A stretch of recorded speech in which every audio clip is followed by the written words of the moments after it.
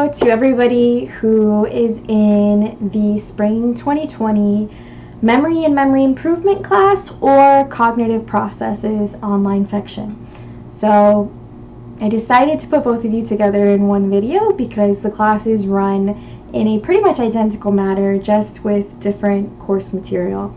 And I apologize that I haven't made this video and gotten it out to you guys sooner, but better late than never.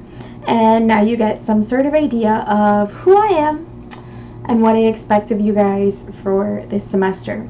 So when you open up Canvas, if you go to the syllabus tab, syllabi are a little strange in Canvas sometimes, and I noticed that for both classes the assignment date in the syllabus that was written down was incorrect.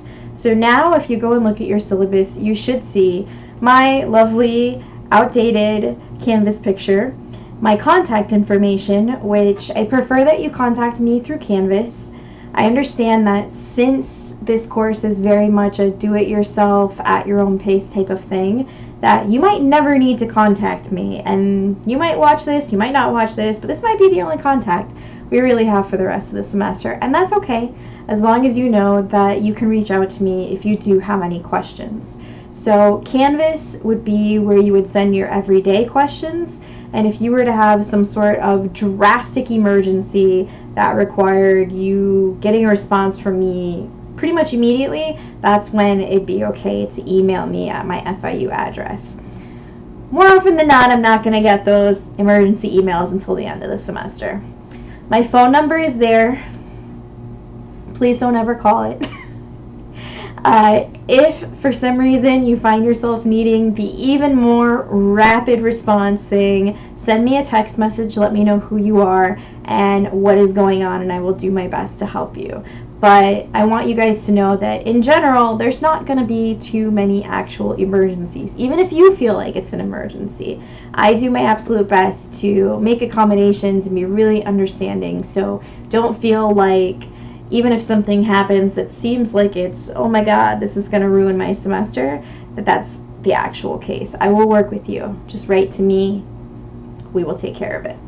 So now your syllabus should read, all course assignments are open immediately and due on April 22nd, which is a Wednesday at 11:59 p.m. So in the syllabus, we've got the description and purpose, standard syllabus stuff, course objectives, important information, prerequisites, and then we go down to the textbook.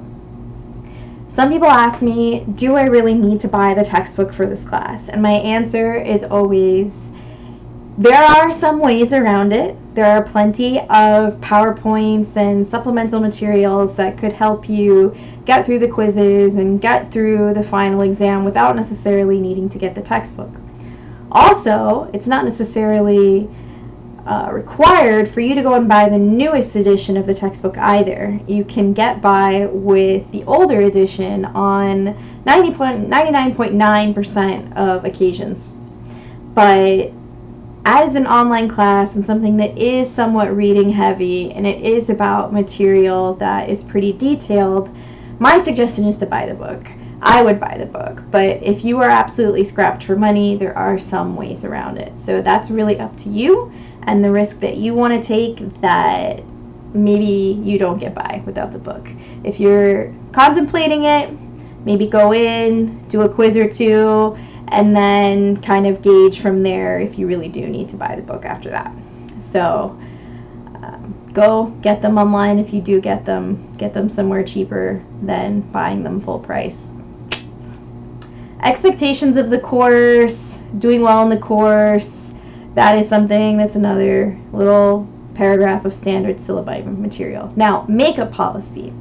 I typically do not have any makeups for the assignments in this class because they are open at the beginning of the course and they close at the end, which means that you have 4+ months, however long it is that this semester actually is, to go in and do the assignments. So if you are needing a makeup, it's after April 22nd, and it's sometimes hard for me to have sympathy. I understand that there are extenuating circumstances, and again, that's something where you would just write to me and let me know, and we would try to figure out what to do from there. Discussion forums, non-existent in this class. You don't have to discuss and reply to each other. Thank baby, not baby Jesus, baby Yoda. Thank baby Yoda, okay, for that. So in terms of the quizzes, you have 12 quizzes if you're in memory or 13 if you're in cognition, but you only need to do 10 of them. So that means that you can choose to do all of the quizzes and the lowest grades will be dropped, or you can choose to do 10 of the quizzes and whatever goes beyond that 10 will just count as zeros and be dropped and you don't have to worry about it. But there's something that you need to understand about how Canvas grades your quizzes. So until the end of the course, until we reach that April 22nd date, when you go in and you look at your grades, it's going to drop the 3 lowest grades regardless of how many quizzes you complete. So say you go in and you do 4 quizzes. You get 100, a 90, an 80, a 70. Canvas is going to drop that 90, that 80, and that 70 because it's set to drop the 3 lowest of whatever you've done until we reach the due date. So make sure that you do go in and do 10 quizzes and that you don't get fooled by the fact that Canvas is dropping some of the lower ones, because what it will do when we hit the 22nd is it will go in and give zeros to every assignment that you have not completed, and then those zeros will be what gets dropped. So try to be diligent about knowing how many you've done and realizing that anything you haven't done will turn into a 0 once we get to that 22nd. The final exam is 5 essay questions, which come from 5 different chapters in the book. So I am very flexible when it comes to the final. I believe it's set for 2 attempts, which just basically means that, like, in secret, you know, sneaky student talk, right? Basically, you just go in, you copy all the questions, you leave, you let yourself get a 0 on that one, you look at the questions, you give me some nice, wonderful, beautiful answers, you go in and you take that second try, and you put them in there, and you get the A on the exam.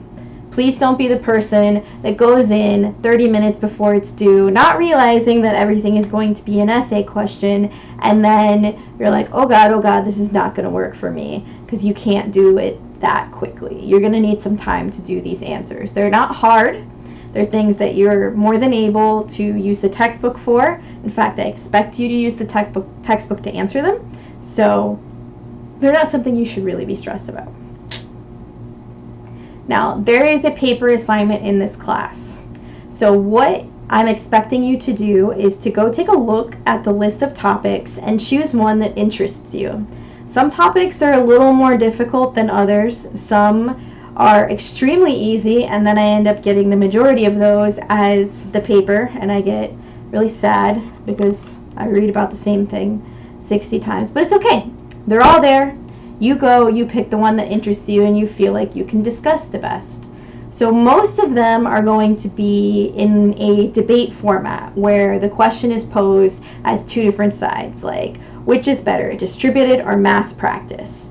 And in that case, you would decide which is better, and then you would give a little review of, you'd start off with your thesis statement. I believe this is better than this. You would say why. You might want to include a little section with any refuting evidence, like if I'm saying distributed is better than massed, and there is something out there that says mass practice is actually good, you might want to include it, but then drive home why you think distributed practice is better, and you'll conclude off by saying, yes, I'm so wonderful, I have figured out which of these is the better thing, and you'll submit your paper. I don't require an abstract. You can do one if you want me to go over it. If you want to practice, it's more than welcome. But you'll write this as a short literature review / persuasive essay. And in the course files, you will find a document that says Paper Guide 101 or something like that.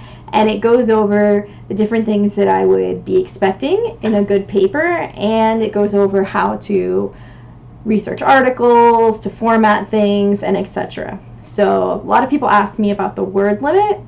I am not sitting there micromanaging every word that you write into the document. If the document looks really short, I'm probably going to go look and see how many words it is. And if you're trying to get by with 500 words in a 1,000 word document, a 1,000 word assignment, you're probably going to have some points taken off for that. I usually don't fault anyone for going over. I know that some professors do. I don't really care. The more you want to tell me, that's fine. Just make sure that you're not writing too little, which would be really anything under like 800-900 words. So try to keep it somewhere around 1,000, but don't sit there and stress yourself out about getting it at exactly 1,000 words. You don't need that in your life. Just save that. Save the drama for your mama, all right? An important thing that I want to talk about is plagiarism. So when Turnitin first came out, it was probably relatively hard to get a high plagiarism score because not a whole lot of things had been submitted. But now, we in 2020, guys, lots of stuff's been submitted to Turnitin, so plagiarism percentages are naturally going to be a little bit higher than they were when, say, I was taking these courses in undergrad myself. So a normal Turnitin percentage where I don't think twice about it is somewhere between like 10 and 20%. I know you might be thinking 20% plagiarized is quite a bit, but it's just because so many people have said things in a similar way that you are going to be saying them in your paper. So if you manage to get it below 10%, consider yourself to be like, you're cool, man. Like, I don't know how you did that. My own dissertation was like 19%, and that was 180 pages. So it happens. Now, if you start going over 20%, that's when I'm going to start looking at your plagiarism percentage and seeing, is it just that you miscited things? Is it that you misquoted things? Is Turnitin just giving you a high score because, I don't know, it's pulling lots of little words from different papers that aren't actually plagiarized? Once you start getting over 30, once you're in this like 30, 40, 50 range, then we need to start having a talk. Because more often than not, that's not just you citing things improperly. That's you going and looking at sources and just copying it and making it sound like it's your own paper. When you start getting above 50, this thing's going to have like a little red warning sign for you, like, warning, danger, Will Robinson, you just plagiarized over half of your paper. You're going to start seeing some major points taken off of your paper, and you will fail that portion of the course. I take plagiarism really seriously, and it's not that difficult to stay under that 20% safety zone where it gives you a nice little green check mark and lets you submit the paper without, any fear of getting your grade lowered. So please take plagiarism seriously. There are resources out there where you can go run your paper through them first. You can Google it. Go Google plagiarism detection, paper submission, whatever. And there are ways where you can go submit it through something without it actually putting it in a database. And it will tell you how much of it is plagiarized. And it will show you where the plagiarism is occurring so that you can go in and edit your paper and make sure by the time that I see it, that's not an issue. Library support, we have makeup again. Makeup is twice in this policy. I don't know why. When we go down to grading, your quizzes are half of your grade, your reaction paper is a quarter, and your final exam is a quarter, making up 100%. When you go and look at the range of grades, I think that I've changed it, but make sure that you know that an 80 or a 90 and up is an A for me. A lot of courses are 95 and up because that is the actual policy at FIU, but I do not follow it. I don't follow it. So 90 and up is an A. 87 to 89 is an A minus. 84 to 86 is a B plus. 80 to 83 is a B, so on, so on, so on. And so as long as you're in that 90 and up range, you're good, man. If you hit like 89.8 or something like that, I'm probably going to be nice and round you up to the next thing. So in the course calendar, which is the bottom of the syllabus, you'll just see all of the quizzes, the exam, the paper. They all show Wednesday, the 22nd of April. So that's really the magic day for you guys. That's it. That's it for the course. It's very straightforward. I know some people don't like the fact that it's so straightforward, but I like to give you the chance to structure your semester the way you want to. I know you're going to go on trips. I know you're going to have spring break. Some people get married. Some people have babies. Some people have the opposite happen. Some drastic thing happens in your life that you never expected to happen, and it throws off the schedule of a normal course, and I don't want that for you. I want you to do this at your own pace when you feel the most comfortable going in and doing these assignments.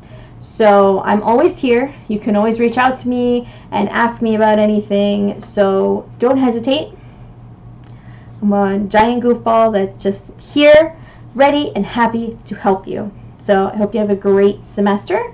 Again, sorry this is a slight bit late because we're into the third week of class now, but you'll forgive me, it'll be fine. So best of luck, guys.